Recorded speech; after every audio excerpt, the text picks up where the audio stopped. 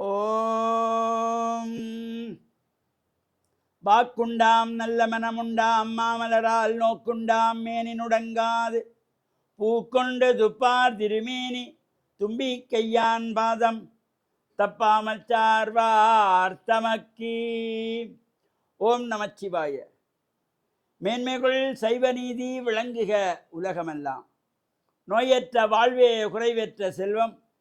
அந்த நோய் நொடிகள் இல்லாத வாழ்வு இந்த உலக மக்கள் எல்லோரும் வாழ வேண்டும் என்று கலியுகத்தின் காந்தமலை ஜோதியாகிய சபரிமலை சுவாமி ஐயப்பனுடைய திருவடிகளை சிறந்தாழ்த்தி டான் தமிழொலி ஓம் தொலைக்காட்சி நேயர்கள் அனைவருக்கும் சர்வதேச இந்து மத குருபீடம் அகில இலங்கை சபரிமலை ஸ்ரீ சாஸ்தாபீடத்தின் சார்பில் இனிய வணக்கங்களும் நல்லாசிகளும். இன்றும் மங்களகரமான பராபவ வருஷம் ஆனி மாதம் 21ஆம் நாள் 5/7/2026 ஞாயிற்றுக்கிழமை. இன்று மலர்ந்திருக்கின்ற இன்றைய பொழுதும் நம் எல்லோருடைய வாழ்விலும் எல்லா விதமான சிறப்புகளும் கிடைக்க வேண்டும். இன்றைய தினத்திலே பிறந்த நாளை கொண்டாடுகின்றவர்கள், திருவண்ணாளை கொண்டாடுகின்றவர்கள் நம் வாழ்வில் உயர்வுகள் பெறுவதற்கு இறை வழிபாடுகளை செய்ய வேண்டும். இன்று பானுவாரம் என்று போற்றுகின்ற ஞாயிற்றுக்கிழமை. அதிகாலையிலே சூரிய வழிபாடு செய்கின்ற பொழுது எல்லா விதமான நோய்களிலிருந்தும் நாம் விடுபடலாம். பிரத்யட்ச தெய்வமாகிய சூரியனை அதிகாலையிலே யாரெல்லாம் நமஸ்காரம் செய்கிறார்களோ, சூரிய பகவானை வேண்டி பிரார்த்தனை செய்கின்றார்களோ, அவ்வாறு செய்யப்படுகின்ற பொழுது அந்த சூரியனுடைய கதிர்கள் உடம்பிலே படுகின்ற பொழுது நரம்பு சம்பந்தமான நோய்கள், எலும்பு சம்பந்தமான நோய்கள், இரத்த சம்பந்தமான நோய்கள் எல்லாம் விலகிவிடும் என்பதை நம் முன்னோர்கள் கண்டு அனுபவித்து நமக்கு சொல்லிவிட்டார்கள். நாம் அதையெல்லாம் இப்போ மறந்துட்டோம். காலையில் சூரியன் பார்த்து கும்பிடுவோம்னால் அதெல்லாம் இப்போ காலையில் எழும்புறதே 7 மணி 8 மணிக்கு எழும்பினா சூரியனை பார்த்து கும்பிடுற பலன் இல்லை. சூரியன் உதிக்கின்ற பொழுது அதான் அபிராமி பட்டர் இந்த அபிராமி இந்த பாடலிலே முதல் பாடலில் சொல்லியிருப்பார்.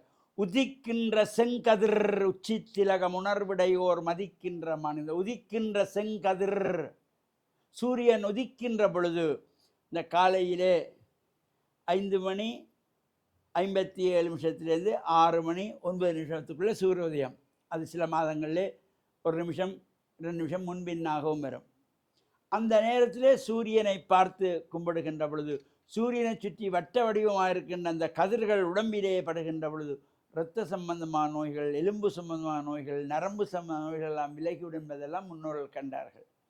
அந்த வகையில் சூரிய நமஸ்காரத்தை நாம் செய்து கொள்ள வேண்டும்.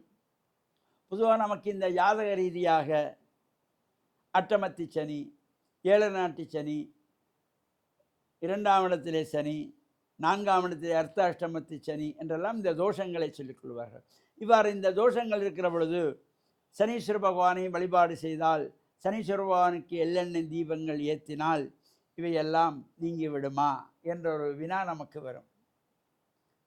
ஜாதக ரீதியாக நமக்கு லக்னத்திலே சனி இருக்கிறது, 2ஆம் இடத்திலே சனி இருக்கிறது, அர்த்தாஷ்டம சனி 4ஆம் இடத்திலே இருக்கிறது, 7 நாட்டு சனி நடக்கிறது, அட்டமஸ்தானத்திலே சனி நடைபெறுகிறது, சனீஸ்வரனை வழிபாடு செய்து எள்ளெண்ணெய் தீபம் ஏற்றினால் தோஷம் நீங்கி விடுமா? தோஷம் நீங்கி விடாது. உடைய தாக்கங்கள் குறைவடையும். தோஷம் நீங்குவதல்ல, அது நடந்தே தீரும். ஆனால் அதனுடைய தாக்கங்கள், வேகங்கள் சற்று குறைவாக இருக்கும். இப்போ சாதாரணமாக நடைமுறையிலே இந்த மழை பெய்வது என்பது இயற்கை. இந்த மழை பெய்கின்ற பொழுது நாம் நம்முடைய தலை, நம்முடைய உடம்பு நனையாமல் இருப்பதற்காக ஒரு குடை பிடித்து கொள்ளுகிறோம்.